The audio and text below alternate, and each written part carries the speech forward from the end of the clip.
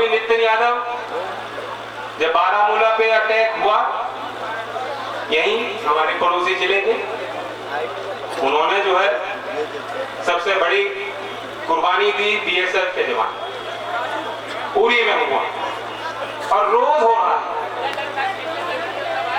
मैं पहले मंच के माध्यम से अपनी संवेदना आपकी, पूरे देश की उन जवानों को देता हूं, श्रद्धांजलि देता हूं, उनके परिवारों को कहता हूं कि आप असली देशभक्त हो और हिम्मत वाले हो, हिम्मत से काम लो, हम सब आपके साथ। और जो कुछ लोग दोनों ही ओर से, कुछ तो सेना पे सवाल उठा रहे हैं। मथुरा वो जिला है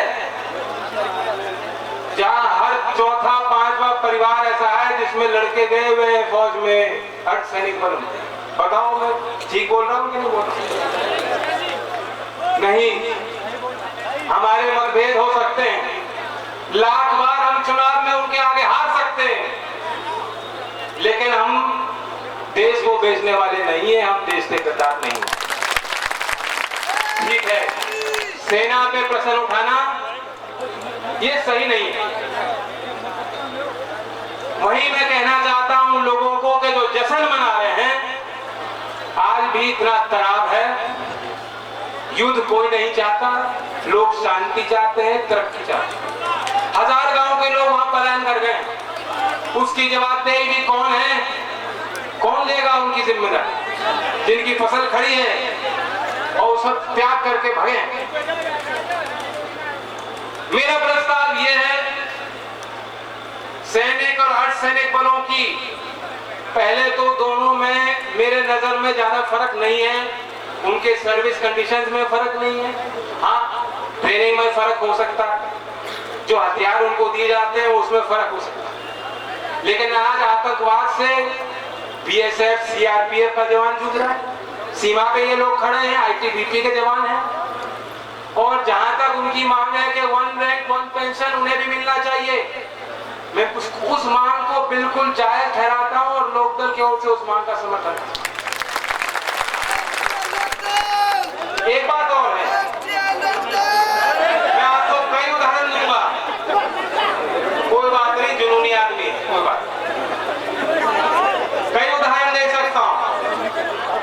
कुछ हमारे ऐसे परिवार हैं जिन्होंने कुर्बानी दी, उन पे सरकारें ज्यादा मेहरबान हो जाती, और कई ऐसे लोग हैं जो आज भी, और फरेज क्षेत्र का एक परिवार है सैनिकों का, बबलू सिंह झंडीपुर, आज तक भी जो है, जो वादे उनको किए गए थे प्रशासन की ओर से पूरे नहीं हुए। ये भेदभाव तो नहीं होना चाहिए, भेदभाव को क्या स्वीकार आप करते हो? इनके खून में कोई फर्क नहीं, कुर्बानी में कोई फर्क नहीं।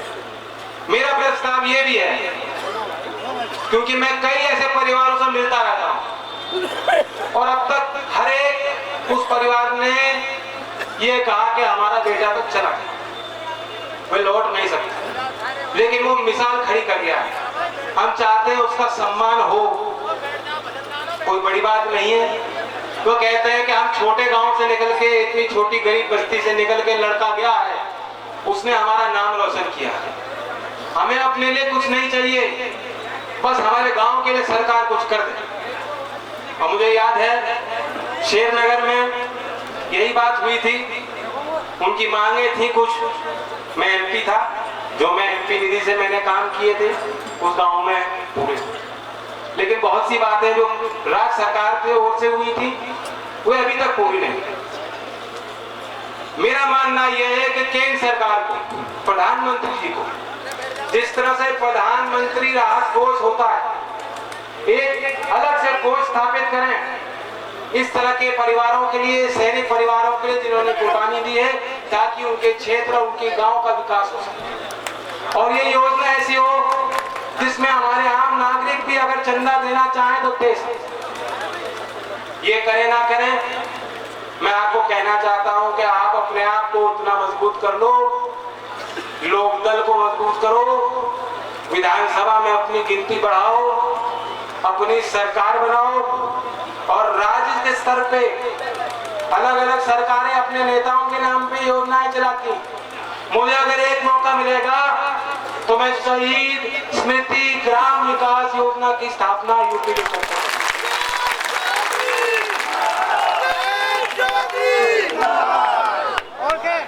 बहुत से मुद्दे हैं, थोड़ा थोड़ा मैं सब पे बोलना चाहूंगा।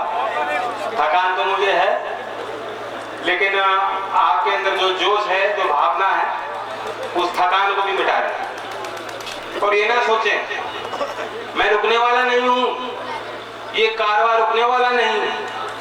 कुछ हमारे नौजवान जोश में आकर एक नारा दे रहे हैं अब की बार वाला। मैं उनको कहना चाहूंगा कि थोड़ी ओरिजिनल थिंकिंग लाओ, कॉपी मत करो और औरों के झूठे नारों को आप मत अपनाओ। आपको नारा देना है तो कहो कि अब की बार हमारी सरकार, अब की बार मेरी सरकार, क्योंकि सरकार ऐसी हो जिसमें सत्ता की चाबी आम आदमी के पास हो। क्या चाहते हो आप लोग? आप किसी का दमन नहीं करते, आप किसी की जो है जमीन को नहीं हथियाते, आप लूटपाट करने वालों में नहीं हो। आप इतना ही चाहते हो कि आपका हक आपको मिल जाए। मैं कहना चाहता हूं कि लड़ाई लंबी होगी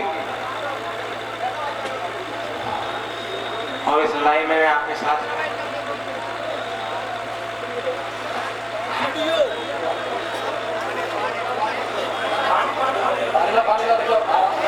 पानी पानी पानी